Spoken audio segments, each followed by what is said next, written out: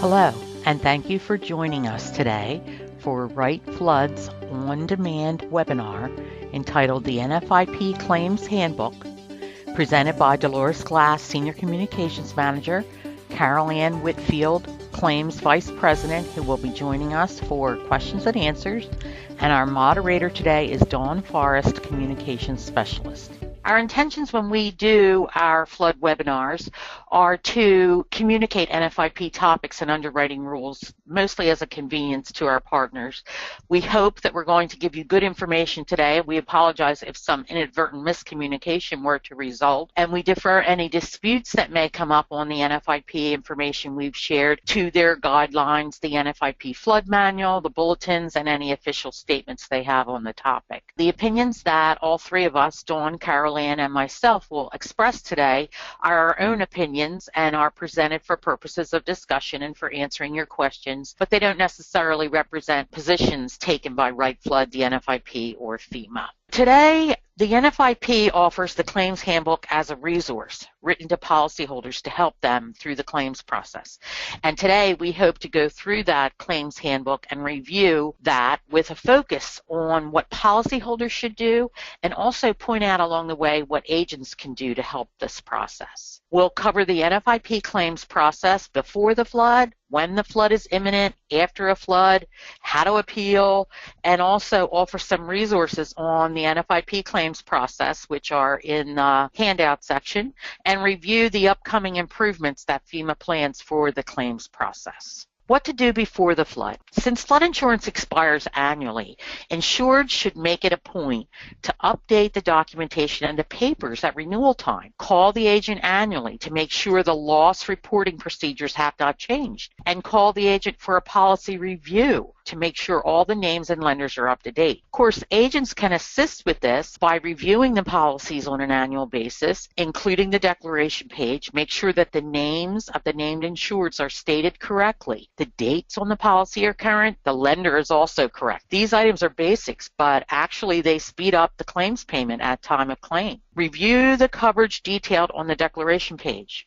The coverage needs to be reviewed to see if both building coverage is listed and contents coverage, and if that's what the insured intends to have. The amount of coverage for each of those separately should be listed. Each of those coverages, if there are both of them, are going to have a deductible shown. If the insured is unsure about the deductible, or if the agent has any question about it, they need to discuss the amount of the coverage and the amount of the deductible to make sure that it's as the policyholder intends. If contents coverage was purchased, they can begin the process to document what the contents are that are in the home at that time. And this is where pictures and videos and receipts and the dates of purchase of those items become very important and helpful at that point. One suggestion from a past claimant was that in addition to viewing all of the equipment and contents of the home, they actually videoed and photographed the policy declaration page itself, because it provided a date and it helped to show all the policy information in the same file as all the pictures of the contents. Be sure also that there's a date for the pictures and that you back up that record of what your contents are electronically so it can be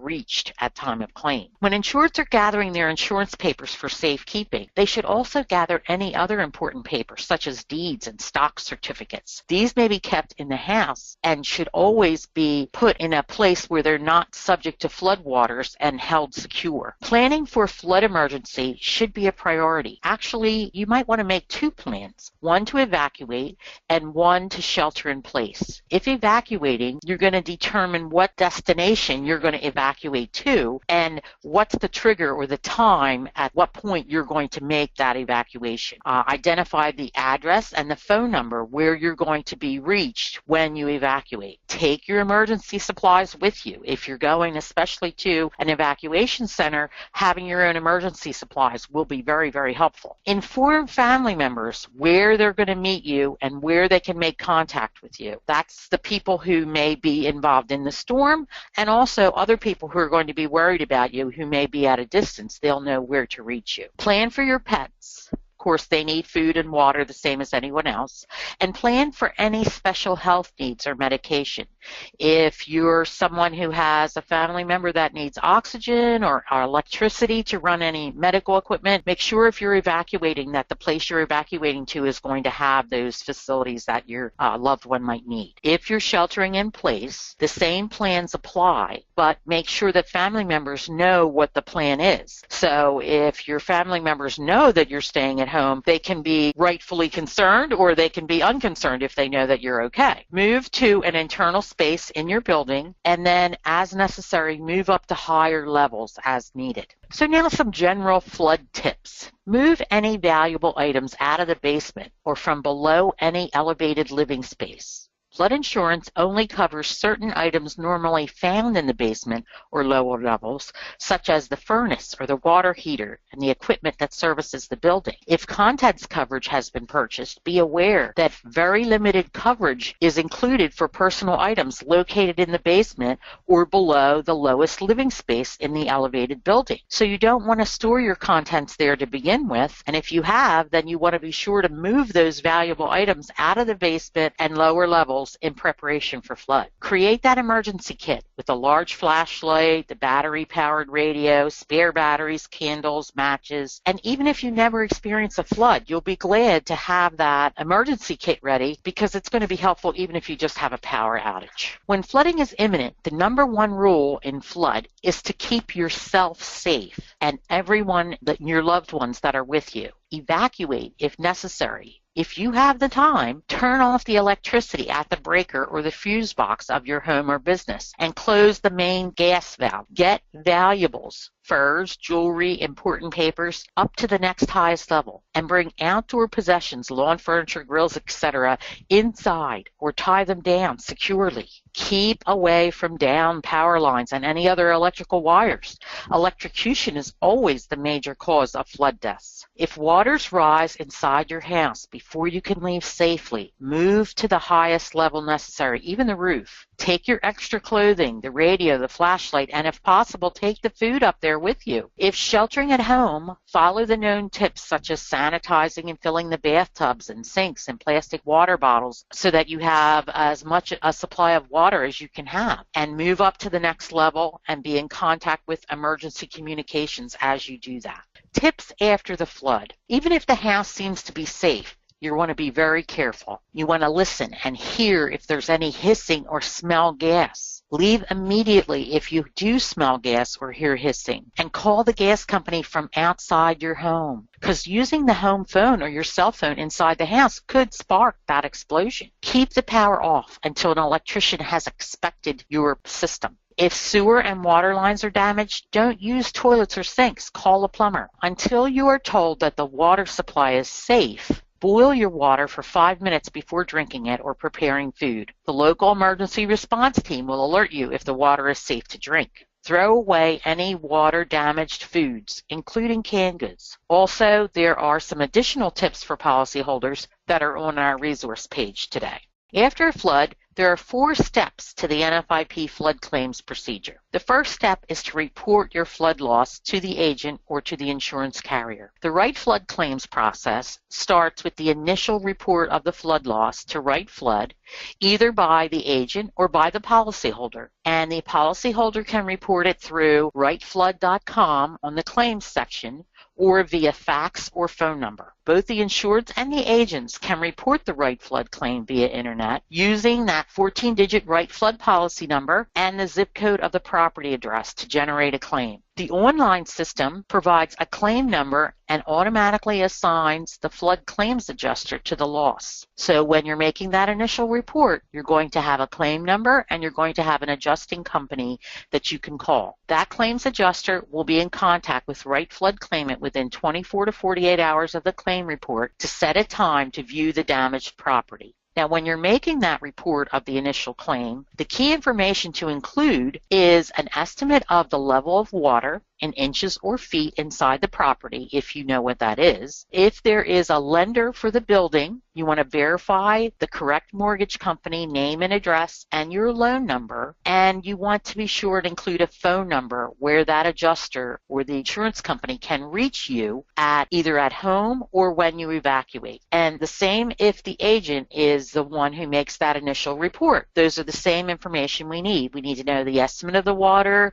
we need to know the lender, and we need to know how to reach the insured at home or while they're evacuated. Agents can also communicate some initial directions to the claimants. First of all, that their personal safety is the first priority, and that they should, once they're safe, protect property from any additional damage. They can mark the water level reached on the wall in each room and keep floor covering samples, including the padding, along with any other documents, receipts, photos, the video that they made of any damaged articles that they may have removed. Record any costs incurred during the initial cleanup activities. So that's the initial direction to the claimant when they place their original claim. Wright Flood Claims Department will contact the policyholder at the phone number given in that first notice of loss within 24 hours to confirm policy information, such as the same mortgage company, and give those initial directions that we discussed. They'll also give them to the policyholder.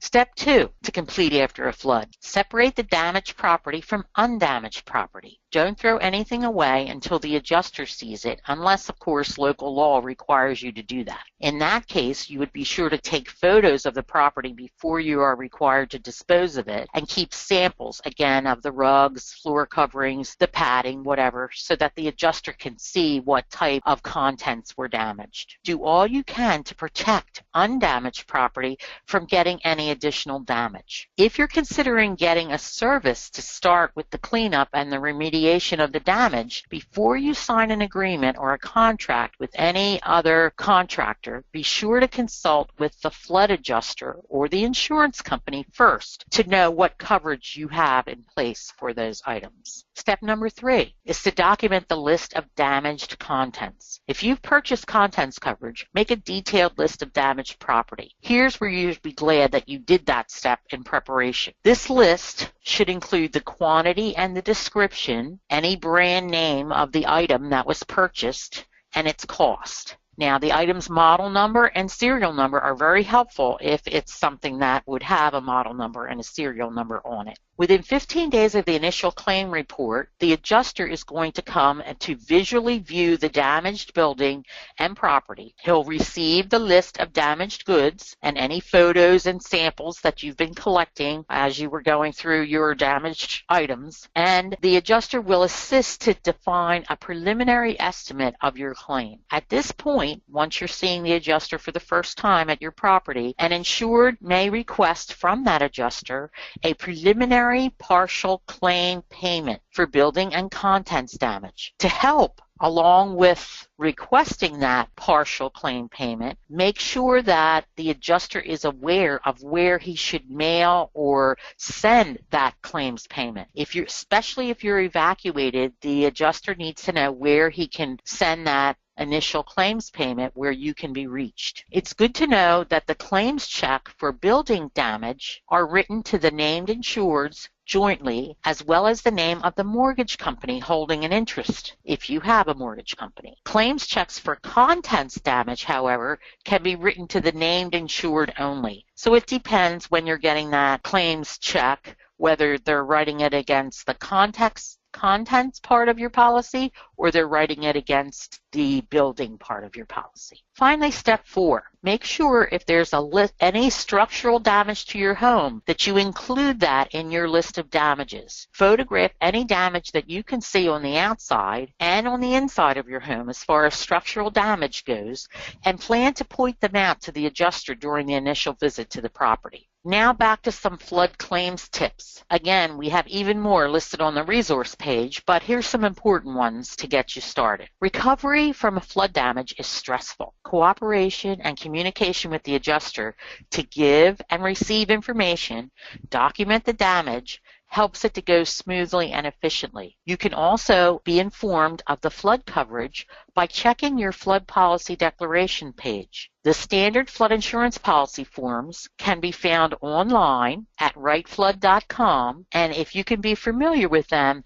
that's going to help you when it's time to discuss your policy with the adjuster. You're going to want to know if your policy covers the building and if you've also purchased contents coverage. Hopefully you have both, but not everybody has both, so you want to be sure you know what contents or building coverage you actually have. What is the amount of the deductible for the building, and or separately the deductible for the contents, because they're counted separately against each part of your damage? Are the insured's names and the lender names correct on the policy? Perhaps there's a deceased owner name still listed on the policy, or perhaps a person has married or divorced, changing the name on there somewhat. Be aware that the NFIP flood insurance policy does not cover temporary living expenses or housing costs. Only direct physical damage from flooding is covered by the flood policy. Any advance or preliminary claim payment that you receive are part of the total claim payment for damages. Cooperation with the adjuster before, during, and after the scoping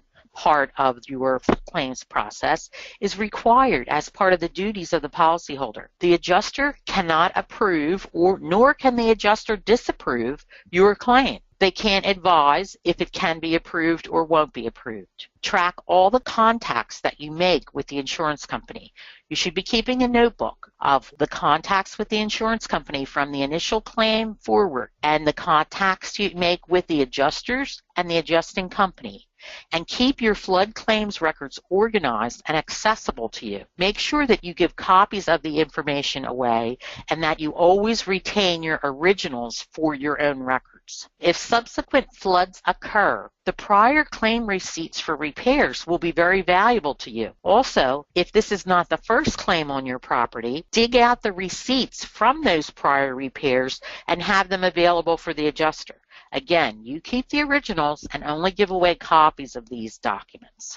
Scoping the loss requires that you cooperate with the adjuster before, during, and after the scoping. It takes place during the initial visit to the property by the claims adjuster, when the adjuster takes measurements, photographs, and notes all direct flood damage. As an experienced claim professional, the adjuster may notice many points of damage that you might overlook, but you are encouraged to point out all the damage that you have seen. During this initial visit, an advance or partial claim payment can be requested from the adjuster and is based on the damage that the adjuster has viewed. Again, some important things to think about on that advance claim payment. The advance claim payment, if you get one, as well as the policy deductibles listed on the declaration page, are subtracted from the total claim payment amount when the final claim settlement is made. The NFIP flood policies provide coverage for building and property damage, but not living expenses. If you're evacuated or mail is not yet being delivered after the storm to your location, provide an alternate postal address where the claims payment can be received via the U.S. mail and inform the adjuster of that address. Be aware that claims checks for building damage are written jointly to the named insureds as well as the name of the mortgage company, if any. After the scope is finished, the adjuster will give you a local contact telephone number and advise any additional visits that the adjuster may need to make. That happens if the damage is truly extensive. The adjuster is not able to approve or disapprove your claim or tell you when or if the insurance company will approve your claim. The adjuster prepares the final estimate of damages within 45 days of the first notice of loss. A final estimate includes reasonable costs to repair the damage. The adjuster uses the knowledge he gained from visiting your property, the documentation you provided, and completes a detailed estimate of damages. You should get a copy. You can use it as a guide when you ask for bids for repair work from licensed professional contractors.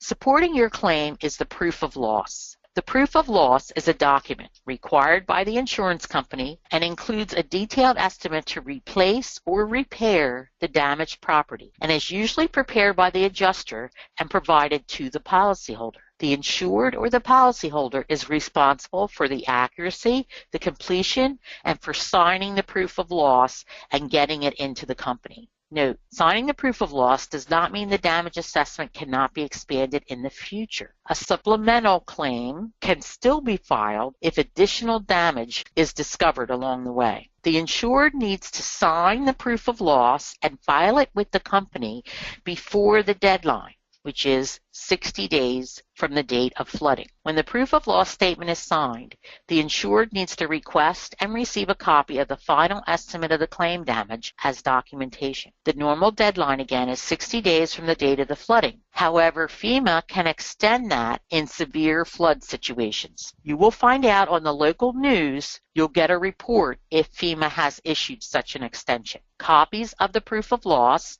and the supporting documents need to be retained by the insured and also by the company. In the event the policyholder has a subsequent flood, they're going to need copies of the receipts and documentation for all repairs and replacements from the prior loss. The final claims payment can be made only after the policyholder and the insurance provider agree on the amount of damage and after the insurance company receives the complete, accurate, signed proof of loss to support your claim. If there are lingering disputes, the insured can sign a proof of loss for the undisputed amount. Wright Flood will issue payment of an undisputed amount of the flood claim and write a partial denial letter that an insured can use to file an appeal. Coach your insureds that refusing to sign the proof of loss as an objection to the settlement amount of the claim is going to delay their recovery and prevents them from filing a timely appeal. We're going to talk more about the appeals process soon. If the preliminary partial payment was previously issued, the amount of that preliminary check and the deductible noted on the declarations page are going to be deducted from the total claim value to generate the amount of the final claim check. The final claim check for building damage will be written to all named insureds jointly, as well as the name of the mortgage company holding an interest, if any. Claim checks written for personal property or contents are usually paid only to the policyholder's name. The check is mailed to the insured after confirming that the mailing address for the insured is up to date. A request for additional payment. This is the supplemental claim we were just speaking of a minute ago. If the policyholder identifies additional damage to the building property or to personal property or contents after presenting the original claim and the proof of loss, it is possible to file a request for additional flood payment. To start that, you need to file for the additional flood payment immediately by notifying your adjuster, your agent, and/or your company representative. The documentation and filing process begins again, including the proof of loss, but it's only necessary for that newly discovered damage that wasn't included in the original claim. Again, this must occur before the 60-day limit from the date of flood loss or within any extensions of time that FEMA may have granted. Discuss this additional damage and the documentation with the adjuster, who may need to make another property visit to verify the additional damage that is being under discussion. The proof of loss needs to be submitted again before the 60-day limit has expired. If you discover additional damage after the 60-day limit has passed, you can still contact the adjuster immediately, but claims filed after the 60-day limit are decided on a case-by-case basis. When the claims check and the final estimate are received by the policyholder, the claim is settled and closed by the insurance company. Various reports of the claims reported, the damage estimates, and the claim payments are reported to the NFIP by the insurance carrier throughout a claims event. Please remember, any claim settlement made in the event of a flood will be determined by the amount of coverage you have and the deductibles chosen, with any premium claims payment made deducted. If you are concerned that the coverage is not high enough or that the deductibles are too high, the agent or company representative can counsel you about increasing coverage or decreasing deductibles. Before you may appeal the flood claim, the insurer needs to make a final determination and send you a written denial of any claim or written part of that claim, denial of any part of that claim. An appeal should be submitted no later than 60 days after the written denial letter has been issued by the insurer. Appealing the claim. At Wright Flood, all effort is made to cooperate with the insured, the adjuster, and the NFIP during the entire NFIP appeal process. We found that this process gets most disputes resolved is the tried and true method, talking to the adjuster. Tell the adjuster what the issues are. Not enough money is a very common term heard, but the insured needs to be specific. For example, If they're saying not enough money, the insured or the agent can review the claim estimate with the contractor and specifically identify to the adjuster where he has either missed something or underpriced it. Have documentation, a bill or a receipt to support the higher priced item that you're claiming is not included in the claim correctly. What not to do to dispute a claim is not signing the proof of loss as a method of disputing the claim, because this prevents the dispute from being addressed and doesn't allow the insured to begin rebuilding. A better solution might be to dispute a portion of the claim, then following the formal NFIP appeal process on the disputed amount. This allows the insured to move forward with receipt of agreed claim payments for undisputed damage and start toward repairs while the disputed portion of the claim is being addressed through the formal appeal process. So let's talk about the 4 steps. At each step in the claims process, keep clear records of the attempts to resolve the issues. Write down the names and the titles of people that you talk with, dates of contact, their contact information, and details of what that discussion was. If you have to go further in appealing the claim, these records are going to be vitally important. Number 1, one of the requirements for the FEMA appeal is that you must have a denial letter and start the claims appeal within 60 days of the date of that denial letter. Coach your insureds not to let this timeline get by them. FEMA will hold them to it. An appeal must be filed within 60 days of the date of the appeal letter. If they don't have a denial letter yet and they're trying to make that 60-day deadline, they need to have the denial letter. And if they want to appeal, they can ask the insured to contact Wright Flood's claims office. We'll review the file and determine what the issue is and issue a denial letter for that part of the claim so the insured can proceed with an appeal. The insured can also sign a proof of loss for undisputed amounts. We will issue payment of the undisputed amount and write a partial denial letter that they can use to appeal. That's the first step, to have the denial letter. 2, if the dispute is still unresolved, the insured or the agent can contact Colonial Claims or the Fountain Group and speak to a supervisor. Colonial Claims and the Fountain Group are our adjusting companies. If they don't get an answer that explains the claim, they can refer then to Wright Flood's toll-free number and choose the option for claims and speak to one of our representatives. They're going to attempt to assist. The insured can also send an email to floodclaims@weareflood.com for a claims review. So the appeal process, the first 3 steps are to talk to the adjuster, to talk to the adjusting company supervisor, and then to talk to Wright Flood if you're still not getting the dispute resolved. The 4th step is to appeal to FEMA. In June of 2015, FEMA set up a new Advocate for the Fair Treatment of Policyholders office and started to consider reforms to the NFIP claims appeal. So we're going to talk more about that Advocate office in a few minutes. When you're contacting FEMA during that step 4 of the claims process, you want to include the policy number, the policyholder's name and property address as shown on the declaration page, contact information of how they can reach you if it's not at the property address, the details of your concern, why you weren't able to resolve the flood claim with your adjuster and your insurance company, the insurer's written denial, relevant policy and claims information,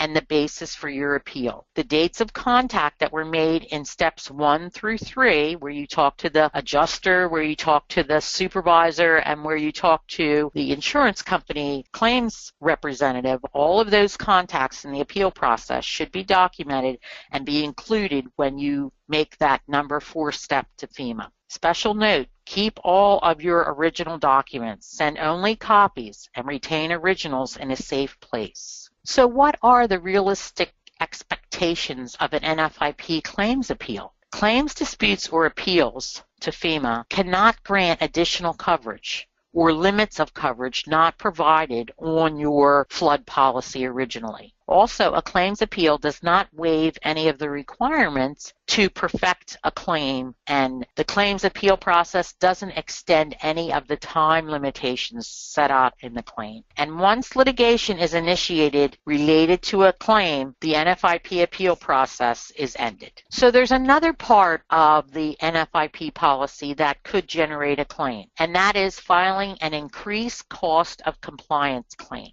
Repairing flood damage to a home or business can require the structure to be repaired to meet certain building and community compliance requirements to reduce future flood damage. To help with the costs of complying with the new changes, the NFIP includes coverage called the increased cost of compliance for all eligible properties insured under the standard flood insurance policy. There are 3 reasons to file a claim under ICC coverage. If the community determines that flood damage repairs will cost 50% or more of the building's pre-damage market value, that's called substantial damage. That's one of the reasons. The second reason would be if the community has a repetitive loss provision in its floodplain management ordinance and determines that the home or business was damaged by a flood 2 times in the past 10 years, with flood insurance claims payment made, with the cost of repairing that flood damage on the average equal or exceeded 25% of the market value at the time of each flood. That's called repetitive damage. And number 3, if you participate in a FEMA-sponsored grant program and meet eligibility requirements. Those are the 3 reasons that you can process a cost of compliance claim. Once the policyholder receives the community's letter stating that the building has been substantially damaged, the insured may file an ICC claim. The insured should contact their flood adjuster or the flood insurance claims representative to start filing that ICC claim. The flood insurance company will provide additional information to assist the insured to complete the ICC claim, and that's increased cost of compliance claim. The policyholder has 60 days from the date of the letter, that's the substantial damage letter, to submit an ICC proof of loss. The policyholder then has 4 years from the date the flood loss is to complete the chosen and approved mitigation activity. So if we receive money for increased cost of compliance, the actual activity that needs to be made has to be completed 4 years from the date of the flood loss. Using feedback from policyholders in Congress to improve the appeal process by gathering a group of insurance specialists, attorneys, and analysts to go better engage with policyholders, guide them through the appeal resolution, and share meaningful information to all parties. FEMA is working to improve the claims appeal process. They want to help insureds understand when appeals may be possible by modifying the communications between the insurance companies and the policyholders so that they're clear. And if the entire claim or a portion of the claim has been denied, clearly listing any full or partial payments that are denied up front. Additionally, the letters should cover policyholder rights if they disagree with the claims settlement. Another thing FEMA hopes to improve is that they're going to move to a customer-friendly point of contact with policyholders to provide assistance throughout the claims process. Each claim appeal is going to have a final decision memo explaining how the claim has been resolved. Information about the claim appeals are going to be published, including the number of appeals, the outcomes of most of the appeals, and the turnaround time that the appeal could take. FEMA will work with all parties to resolve the claim and require each claim to remain open until all important information is collected and reach a final claim decision. Frequently asked questions from the Office of the Insurance Advocate. The fact sheet that you see on the screen is also part of the handouts today. You'll see a link for this particular frequently asked questions. What kind of assistance can the Office of the Flood Insurance Advocate provide related to NFIP claims? Well, the office can help a policyholder navigate through the NFIP claims process and help policyholders develop a better understanding of the steps and information necessary to reach a resolution to their claim. The advocate and the support staff will provide general guidance and information about the claims process, such as disputing the amount of payment for a claim, understanding the proof of loss, and reporting documentation and filing that appeal. So there's more information on those frequently asked questions in the handout in today's resources. Also, the NFIP is going to institute some changes before and after as of December 31st of 2016. That's coming coming up this December. And they're going to talk about the claims resolution letters, their point of contact. They're going to improve the direct communication and the appeals open to all information before the information is gathered. Today's resources on the Claims Handbook webinar are pretty extensive. We have information from the FEMA, their claims resource information. First of all, the handbook, the proof of loss section on page 6 is most important. How flood insurance works and the NFIP summary of coverage are very helpful to claimants. So we mentioned that the NFIP has some plans to improve. We have 3 documents attached about their future improvement: the advocate's office, the appeal process improvement, and then the frequently asked questions. So I think we're ready for questions. Dawn, do we have any questions for Carol Ann Whitfield, the Vice President of Claims? Carol Ann, are you there? I'm here. Can you hear me? Great. Yes, I can. Nice to have you with us today. Oh, thank you. Dawn, are you there? I am here, and yes, we do have questions, some very good ones, actually. So the first question I have, Carol Ann, is what can agents do to prepare for a claim event? Well, Dolores certainly went over some key points in making sure the named insured is correct, that we have the current mortgage information. If anyone is deceased, have them removed. Those are great points, because what we're finding in the process is that once we have the claim settled and the signed proof of loss and we issue the payment, we're having to go back and void the checks and reissue it with the correct information, and that, of course, delay the time in which the insured can actually have the funds in their hand. So I believe getting the information on the deck page updated is crucial. Perfect. That definitely sounds like an important feature to make sure of. Another question we have, what direction should agents give to their insureds about when and how to start the flood recovery and cleanup activities, and about actually making contracts with restoration companies? Okay, when a claim is reported to our office, once we have the pertinent information, the first thing we tell our policyholders is to start the cleanup process. The quicker they start the cleanup process, the better it is for them and for us. And as Dolores had mentioned earlier in her webinar, when you contact a contractor, make sure that you read all the documents that they present you with. Make sure you understand that you're getting in a contract with them and not with Wright Flood. Any contract with restoration companies are completely between the insured and the restoration company. Wright Flood does not make checks payable to contractors and or restoration companies. And my advice to the agent is let their clients know to read those contracts carefully, because some of the things that restoration companies do, they perform, is not covered under the flood policy. So, as soon as they can be aware of this, the better they are and the more equipped they will be to handle their claim. Okay, those are good points. Very good. So then, Carol Ann, what can an insured do if he is unhappy with his adjuster? Yes, if an insured is unhappy with the adjuster, please call our office immediately, because we can get in the middle of that issue. We can call the adjusting company, find out what the issue is. If we can resolve it with that adjuster, we will resolve it. If it's an issue where the insured just cannot get along with that adjuster, we will have the claim reassigned to a new adjuster. But keep in mind, if it's halfway through the process or if it's three-quarter way through the process, that will delay again the settlement of the claim. So my advice is, as soon as they understand that there is a dispute between the insured and the adjuster and they're not getting along, they need to call us immediately. So that can affect that 60-day required timeline. Absolutely, because when we bring a new adjuster in, remember, he has to kind of go from the beginning, review the file, see where the initial adjuster is, get his questions answered, take the file over. He needs to put the file in his name. Now the file is in possession. So it takes a couple of days for that to get done. So the sooner they notify us that they're having an issue, the better it is. Perfect. Another question we have, Carol Ann, is what can the agent do if the insured is unhappy with the amount of his check received? It's like Dolores mentioned in the webinar. If you're not happy with the amount of money that the adjuster is presenting to you, you need to find a way to show the adjuster where. You have to be specific. Like Dolores says, just saying it's not enough money wouldn't help the process.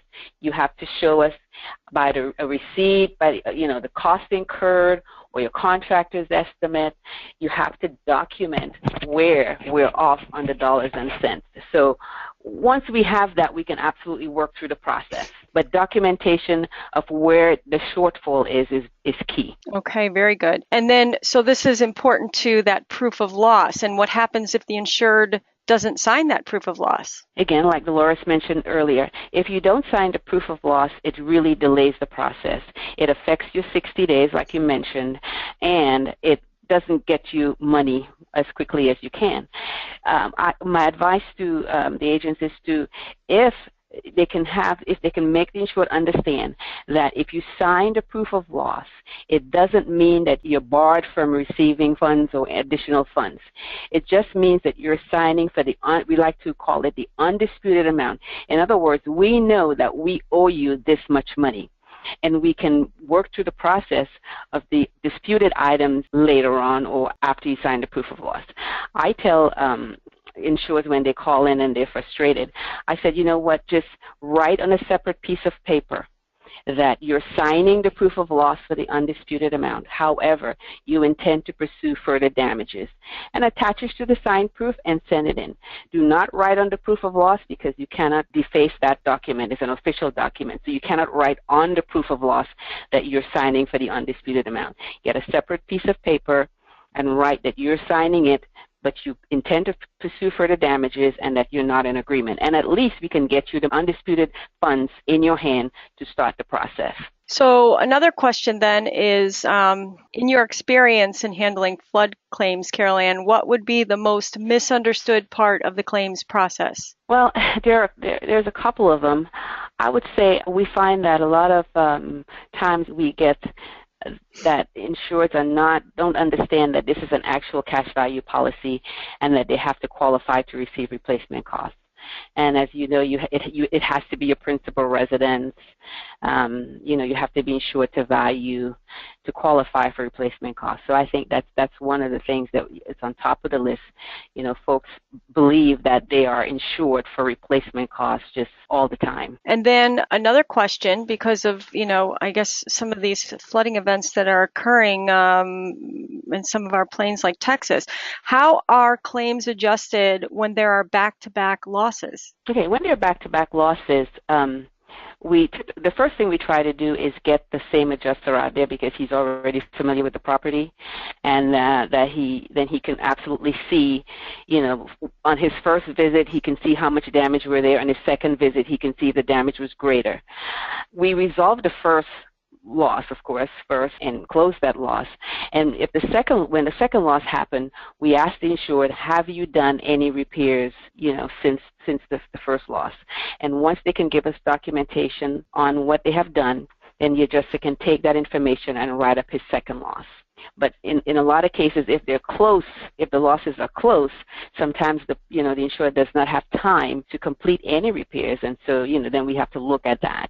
But again, if they save their receipts for whatever work they have done in between the losses, that absolutely helps the process. Okay, very good. Carol Ann, I have a follow-up question that just came in the question box about how a person qualifies, how the insured qualifies for replacement costs under the flood policy. So it has to be a principal resident, and you have to be insured for 80% of the value of replacement costs. Of course, if you have the $250,000, which is the maximum coverage that you can get, you do then qualify for a replacement cost.